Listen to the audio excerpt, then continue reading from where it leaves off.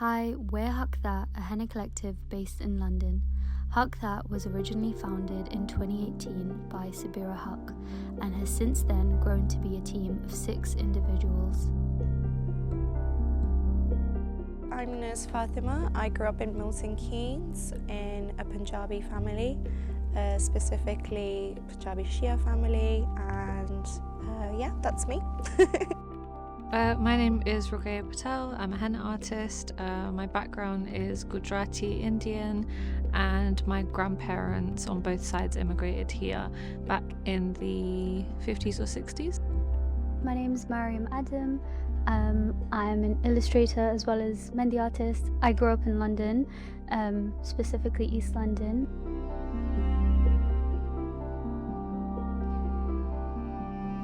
In the West, the artist is considered an individual, but also an individual alone. And there's a lot of sort of negativity surrounding the idea of an artist. This idea you have to be like a grieving, tortured artist to create something beautiful. And in a completely opposite way, henna is something that is for the people, by the people, created with people. There is no tradition in the history of henna that is meant to be done alone and is considered a lone solo activity. And that's why you have to have a community of henna artists. You have to create henna on other people. I could like lock myself away in my room and just do henna on myself and never on anybody else, but that would take away from the core of what henna is, which is being for people. And it's just so important to not become a solo sort of trapped off person. We are community-based artists, and I think community is very integral to our art form. We are as booked and busy as our community allow us to be, and so it's really important for us to kind of give back to our community, create safe spaces for these kind of dialogues to occur. We don't have to shout politics with a capital P. It can be like the art just kind of speaks for itself.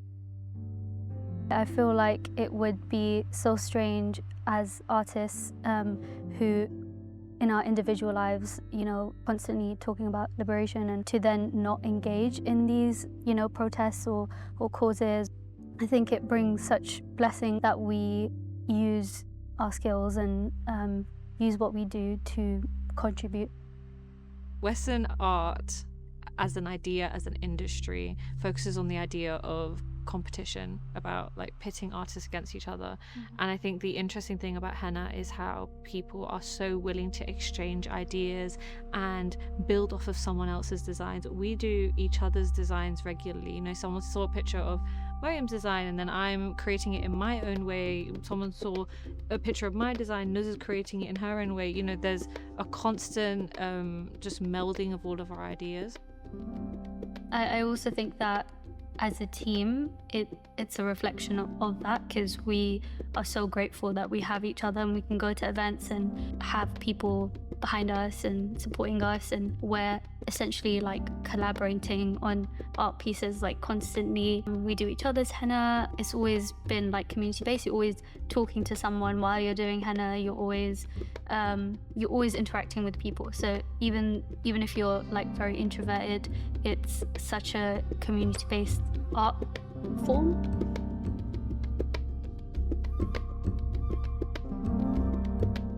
Henna is a plant because it's an organic matter that decays over time, and it is temporary, and I think there's beauty in that. There's also beauty in the fact that when you're actually applying it to somebody, that's a whole interaction and it's an experience, a human experience in general, because it's an organic matter and it's a plant and it's cultivated around the world. It's not specific to one niche area, and that's what is so beautiful about it. So we've drawn inspirations from other regions of the world, despite being of South Asian heritage, and we definitely want to make sure that we're inclusive. We're taking into account that different regions have different design, crosses borders in general, and that it's borderless when it comes to art, and it grows anywhere. It doesn't stop growing on the Indian border. It won't go past the Pakistani border, for example, and so forth. I see in the future, and in 60, 70 years, about like all the flooding and the droughts occurring in the global south specifically. I mean, the air in Lahore is so toxic and the air is so difficult to breathe that, you know, schools have shut down. And that just makes me think about like the cultivation of the plant and its like scarcity in the future. Henna as a concept was, you know, a working woman's like village-based, you know, community-orientated thing, and it's going to go from that to something that's only being, you know, used or being afforded by the elite because the plant will become so scarce. And it's a resilient plant as well, but you know, it does need to be cultivated in a normal ecological background with like proper, you know, care and responsibility. As you know, we go into more and more into globalization every other day, like, you know, everything's so instant and stuff, and human interaction becomes less and less. It's really important for us to make sure that those kind of, you know, practices are passed down, that knowledge formation is passed down in some way. The fact that you have to be still with henna, you have to take your time. We're in a society where everything's too fast. So appreciating an art form that isn't permanent and does take time, that's so important.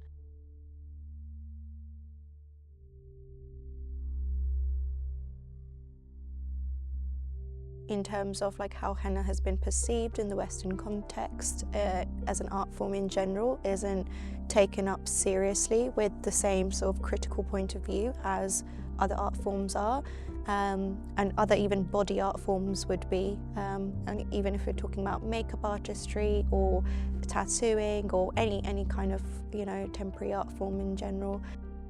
To actually have it as an established art form in spaces, in critical spaces where people can come and view it and actually have an opinion on it, which I don't think has been done before. You know, henna patterns curated from around the world in one specific space, region by region. That's something that I would love to do in the future.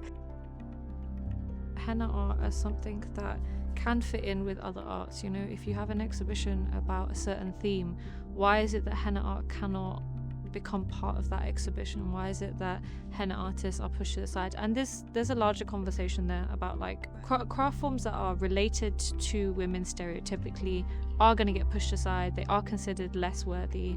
There are people who do embroidery who their artwork is not considered eligible for art competitions, for art exhibitions, which is such a shame. Still wary like putting it in my portfolio and things like that. Our focus is really establishing it as an art form, having like a hub for other henna artists and having like a space for them to go. We're not trying to impress the West. That's like a very main point for us. We're not trying to impress the West. We're trying to help people like us and people who've grown up with henna see henna in another light.